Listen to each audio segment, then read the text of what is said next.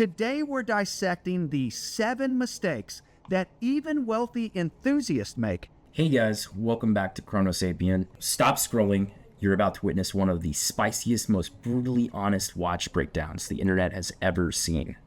Today, we are reacting to Enough Wrist's masterpiece on the 7 amateur mistakes even luxury watch owners still make.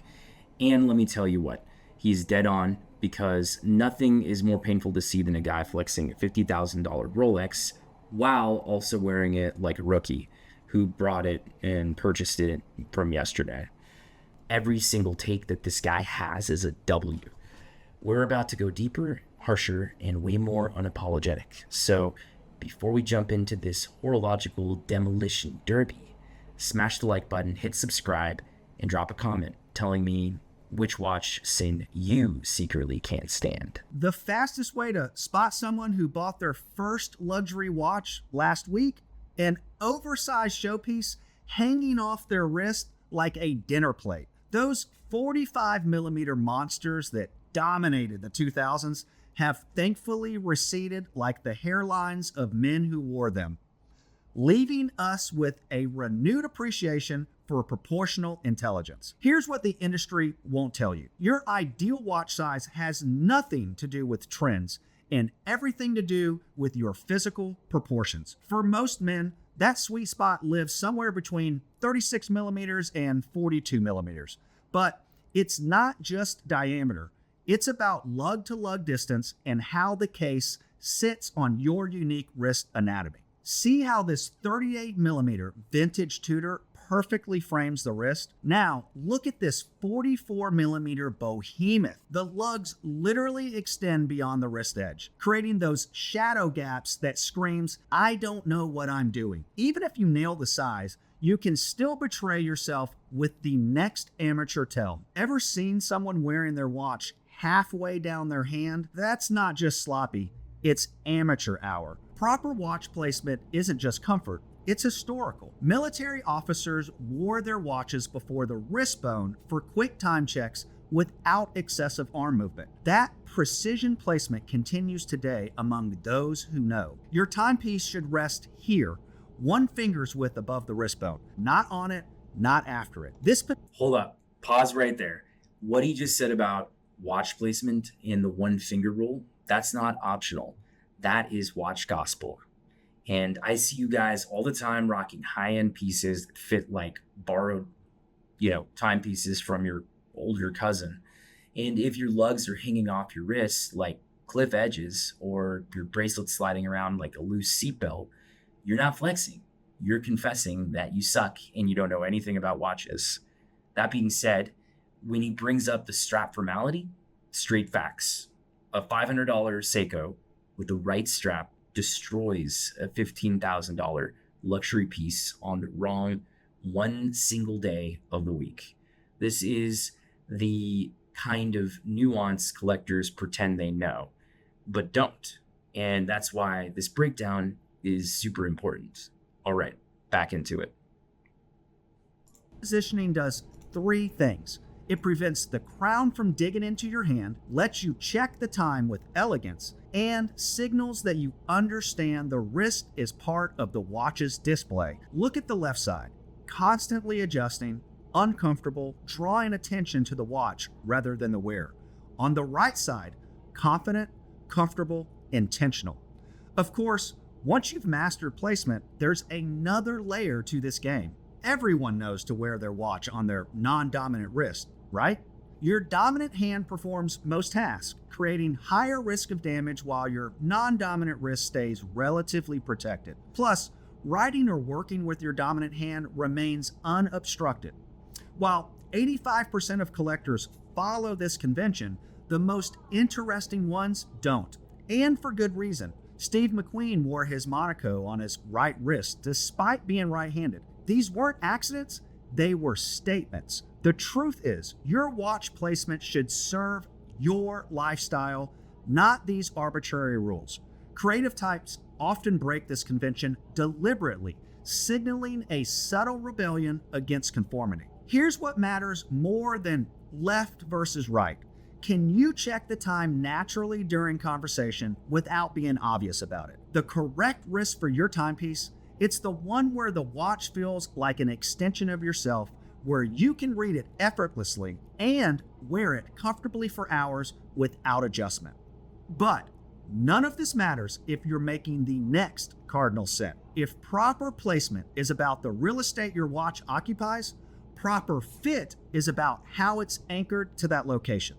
The placement might be perfect, but the security can still betray you. You can wear a $20,000 piece perfectly placed, but if it's flopping around like a charm bracelet, you've just told every collector in the room that you're new here. The perfect fit allows your finger, just one, to slide between the bracelet and your wrist. No more, no less.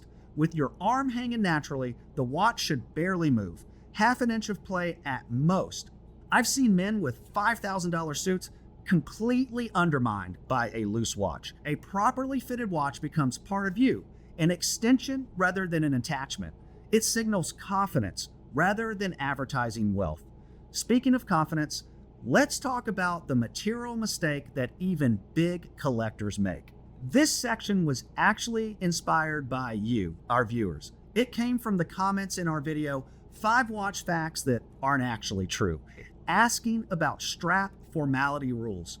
Huge shout out to you guys. This turned out to be one of our most requested topics. What I'm about to share next completely changed how I view my collection.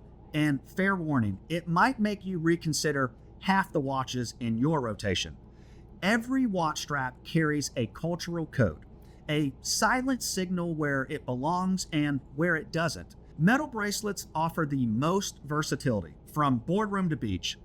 Scribe is how you stop explaining the same thing over and over at work. Watch this. It'll change your life. But even they have limits. The Rolex Submariner on a brushed oyster bracelet, perfect with jeans, jarring with a tuxedo. Leather elevates any watch to formal status, with black leather being the most formal, followed by brown, then exotic skins. That NATO strap, strictly casual, no matter what six-figure movement it's attached to. Here's the insider secret. A $500 watch with the right strap for the occasion shows more watch fluency than a $15,000 piece with the wrong one. I'd rather see a Seiko on appropriate leather than a Royal Oak on rubber at a black tie event. But strap material is just the beginning. There's another synchronization that reveals true watch intelligence. Your timepiece doesn't exist in isolation. It's having a constant conversation with everything else you're wearing. This formality spectrum wasn't invented by Instagram influencers. It evolved through decades of cultural coding. In the 1950s and 60s, Patek Philippe and Vacheron Constantin specifically marketed their ultra-thin dress pieces as tuxedo watches. Designed exclusively for black tie affairs, the tool watches from Rolex and Omega were advertised alongside sports cars and aviation equipment, signaling their intended casual environments. These historical distinctions created unwritten rules that still govern watch wearing today. It violates a code established decades before the wearer was born. Dress watches with minimal complications and clean dials, they're speaking to the language of formal occasions. Dive watches and field watches occupy the versatile middle ground of business casual. Chronographs and technical pieces with multiple subdials, they're telling a casual story, no matter the price tag. Ever wonder why some watches just look off, even when the outfit technically checks out? Well, beyond style, there's color theory. Silver tone watches have a natural affinity with cool colors in your wardrobe. Gold tone pieces harmonize with warm palettes. The metals visible on your wrist should echo the metals on your belt, your cufflinks, your tie bar. I've seen finance bros wearing offshore chronographs with bespoke suits, thinking the price justifies the pairing. All it communicates is, I have money, but no taste. And finally, the modern dilemma that separates the purist from the pragmatics. Let's address the elephant in the room, smart watches. They're practical yet pervasive, and they're appropriate sometimes. The key is knowing when. Smartwatches belong in casual settings, fitness environments, and tech-forward workplaces. As environments for formality increase, their appropriateness plummets. Traditional watches represent heritage, craftsmanship, and a certain philosophical relationship with time. Smartwatches signal connectivity, utility, and constant availability. In a world where we're always accessible, there's something powerful about wearing a mechanical timepiece that does one thing perfectly rather than 100 things adequately. It's a statement about your relationship with time itself. Even those who should know better mess this up spectacularly. The red carpet has become a showcase of horological blunders, from A-listers wearing oversized vintage pieces that hang like pendulums to tech billionaires pairing dive watches with tuxedos. The watch world notices these mistakes immediately and collectively wince. Why does any of this matter? Because watches aren't just about telling time, they're about telling stories. Your story. Studies show we make judgments about attention to detail, self-awareness, and social intelligence within seconds of meeting someone. Your watch, one of the few acceptable pieces of men's jewelry, carries disproportionate weight in that calculation. The difference between amateur and intentional isn't about spending more. It's about understanding the subtle language of horology that's developed over centuries. And here's the twist most watch channels won't tell you. Once you do understand these rules, you can break them deliberately. The collector who wears a G-Shock with a tailored suit, if it's intentional, a statement rather than an oversight, it can be brilliant. The architect who pairs a slim dress watch with jeans and a t-shirt for client meetings, that calculated contrast becomes their signature style. So there it is, the 7 watch rules that separate the collectors from the consumers. Not complicated, but rarely mastered. All right, guys. Well, if that didn't permanently rewire your watch instincts, nothing will. Enough wrist absolutely nailed it. Every one of those hidden mistakes, and honestly, I really couldn't agree more. This isn't just about watches. This is about signal clarity and about intention, about wearing something that actually matches the story that you're trying to tell. And if you stick to these principles, well, then your wrist game will outclass dudes wearing pieces 10 times the price.